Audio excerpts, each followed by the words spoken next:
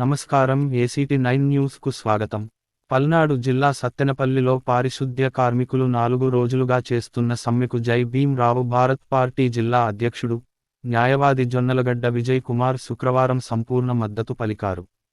ఈ సందర్భంగా ఆయన మాట్లాడుతూ గతంలో ఎన్నికల సమయంలో ప్రతిపక్ష హోదాలో ప్రస్తుత ముఖ్యమంత్రి జగన్మోహన్ రెడ్డి మున్సిపల్ కాంట్రాక్ట్ కార్మికులు, అవుట్సోర్సింగ్ ఉద్యోగులను క్రమబద్ధీకరించి సమాన పనికి సమాన వేతనం తదితర డిమాండ్లను అధికారంలోకి వచ్చిన 6 నెలల్లోనే అమలు చేస్తానని హామీ ఇచ్చారని గుర్తు చేశారు. 4.5 సంవత్సరాలైనప్పటికీ ఇచ్చిన హామీలను అమలు చేయకపోవడంతో కార్మికులు సమ్మె బాట పట్టారని, హామీని నిలబెట్టుకోవాలని ఆయన డిమాండ్ చేశారు.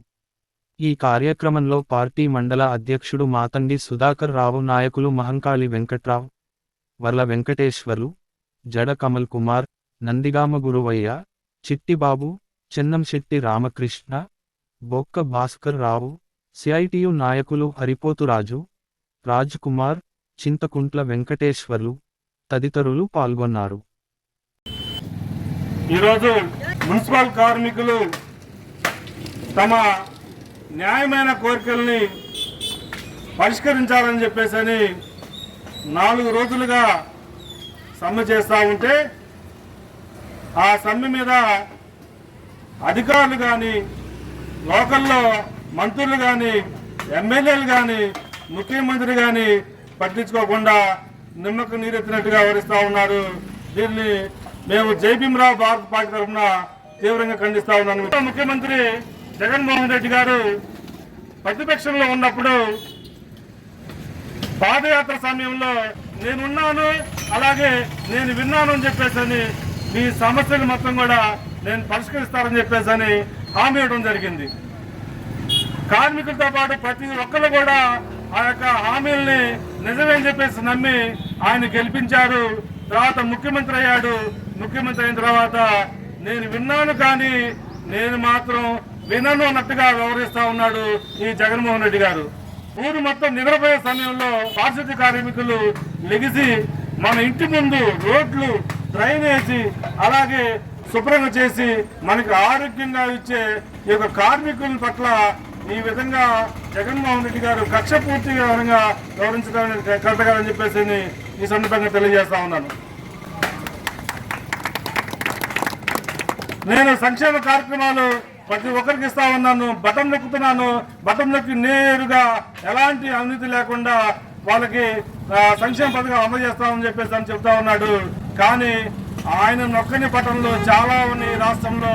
ఆ నొక్కని బటన్ల వల్ల ఈరోజు అన్ని వ్యవస్థలు చాలా ఇబ్బంది పడతా ఉన్నారు ప్రజలకు చెప్పేసి సందర్భంగా తెలియజేస్తా ఉన్నాను మిత్రులారా.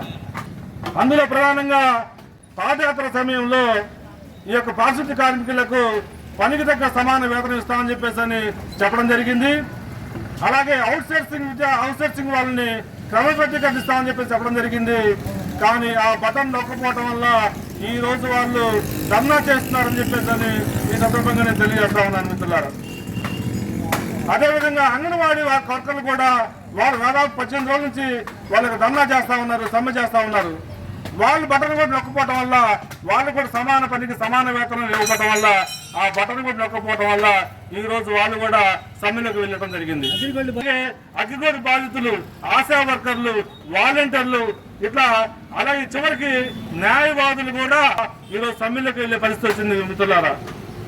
రాష్ట్రంలో రావణ కష్టంలాగా కాలుతా ఉంటే, అదే సామెత చెప్పినట్టుగా రోమ్ తగలబడతా ఉంటే నీరవ్ చక్రవర్తి పుడేలు వాయిస్తున్నట్టుగా ప్రజలు, అలాగే కార్మికులు, కర్షకులు, రైతులు, అలాగే ప్రజాస్వామ్యవాదులు ఇట్లా ప్రతి ఒక్కరు ఇబ్బంది పడతా ఉంటే నాకేం పట్టినట్టుగా వ్యవహరిస్తా ఉన్నాడు ఈ ముఖ్యమంత్రి జగన్మోహన్ రెడ్డి గారు. ఇప్పుడు రాబోయే ఎలక్షన్ లో మనం కూడా ఒక బటన్ నొక్కుదాం. మన ప్రజా వ్యతిరేక విధానాల్లో పరిపాలిస్తా ఉన్నాడు. మన సమస్యలను పరిష్కరించకుండా ఆయన నిమ్మకి నిజంగా వ్యవహరిస్తా ఉన్నాడు. మనం కూడా ఒక బటన్ నొక్కి ఆయనకు వ్యతిరేకంగా ఒక బటన్ నొక్కి ఆయన ఇంటికి పంపిద్దాము. న్యాయమైన కోరికలను ఏదైతే వాళ్ళు డిమాండ్ చేస్తా ఉన్నారో ఆ డిమాండ్ ని వెంటనే పరిష్కరించాలని చెప్పేసి మేము ఈ సందర్భంగా జై భీం రావు భారత్ పార్టీ మేము డిమాండ్ చేస్తా ఉన్నాం. పరిష్కరించాలి కార్మికుల సమస్యలను, పరిష్కరించాలి కార్మికుల సమస్యలను. మారాలి ముఖ్యమంత్రి జగన్మోహన్ మనస్సు.